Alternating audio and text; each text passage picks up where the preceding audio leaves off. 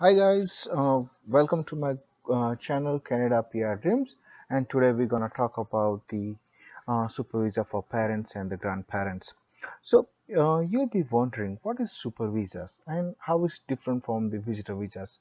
So if you see, the Supervisa is multi-entry visas, and you can come multiple times during that 10 years period of time, or whatever the duration of visas is being granted to you, right? The only difference, like only and the big difference, I can say for super visa and the visitor visa is like how much time you can spend in Canada if you are visiting on super visa.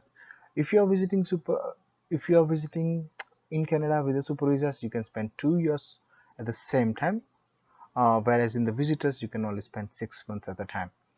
Of course you can extend, but the maximum is 6 months, and then again you have to extend it. So what's the eligibilities for the super visas? So the person has to be like Canadian citizens or the permanent residents in order to qualify for the super visas invitations to their parents. So you need to make sure you apply if you're citizens or the PR. What you need to apply for the super visa. So parents need the invitation letters stating that you are providing the financial support for the length of their visit to Canada. So you need to provide that letters to your parents and put into their applications to apply for the super visas. So now after the eligibility, so we're gonna see what are the things you need. So you need to have the insurance for 100,000 coverage. Yes, and it has to be from the Canadian company. You cannot buy any other companies. You have to buy the insurance from the Canadian companies for a year for about $100,000. And make sure it's not quotations.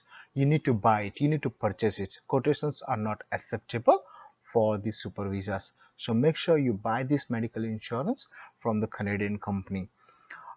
If you go for the another point for the eligibilities is more about your financing, right?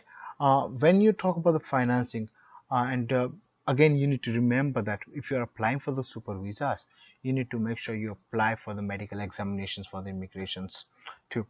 When it comes to the finance is the big part for the super visas, and it always depends on your family size and the amount of the gross income for your entire families. So if you see here, when you see if you're the one person, the amount is about $24,000, right? It's 24,949, right? But as the family size increasing, the family income level goes up too. So if you say for one person like about 24,000 plus something, 2% is $31,000 something, 3% is 38,000, and so on. When the family size increasing, like say for the five people or the 6 person and the seven people in the family, you need to make sure your family income, that is your spouse and your income, is combined together or is at least over the gross incomes, like which is mentioned in the chart. This income is currently is for the 2018 years. So after the 2019, this income gonna change too. So make sure you know your LICO beforehand. Now you will be wondering how to count the family size. So for to count in the family size, to make it easy, you first add yourself, then add your spouse if applicable, add all the dependents, then add all the parents you want to invite for the super visas. So you once you add all together, the total family size will be counted, and you need to meet the LICO requirement for the family, right? And after that, you'll be wondering now, what are the proofs you can submit in order to make sure your super visa will be granted. uh, you need to make sure you provide the notice of assessment for the recent tax year, or you can always provide the T4 or the T1 uh, for the 2018, uh, for this year, like for the 2019 you want to apply, you need to apply those one. If you have say any pay stuff from the EI, make sure you submit that too into your applications to support for the super visa for your parents. if you have the joining letters, if you have the offer letters, and if it's mentioned the salary and what is the date of hiring, if you have any pay stubs, your bank statement, make sure you get all those informations and put into your file for the super visas. So these are the financial documentations you need to have it.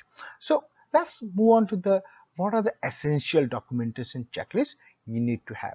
The first one is the purpose of travel. So you need to provide the purpose of travel for your parents. Your parents has to say what is the reason for them to visit in Canada. uh, you need to provide them also proof of finance support, that how they gonna sustain when they come to Canada, and what are the financial resources they have. uh, Documenting supporting the LICO. LICO is low income cutoff, which I mentioned earlier. It depends on the family size, so you need to make sure you support the documentations for the which supporting your LICO. When you move on to the different checklists, the another letter is letter of invitations, proof of medical examinations, and the proof of medical insurance. We already talked about all those things, that you need to buy the $100,000 dollar insurance from the Canadian company for at least a year. So you need to make sure you have that one when you are putting the file for your parents, or they have it when they are putting file for themselves. Another thing which you need to have is like documentations for the Canadian citizenships and the permanent residency. So you need to make sure, like when you're applying for the PR, for super visas for your parents, you need to submit those documentations. And apart from this one, there will be the family informations and the generic application forms, marriage certificates, and other documentations you need to provide along with your applications. So this is all about the super visas. And if you like my video, please like it, share it, and thanks for watching these videos, and I wish you a best of luck. Thank you.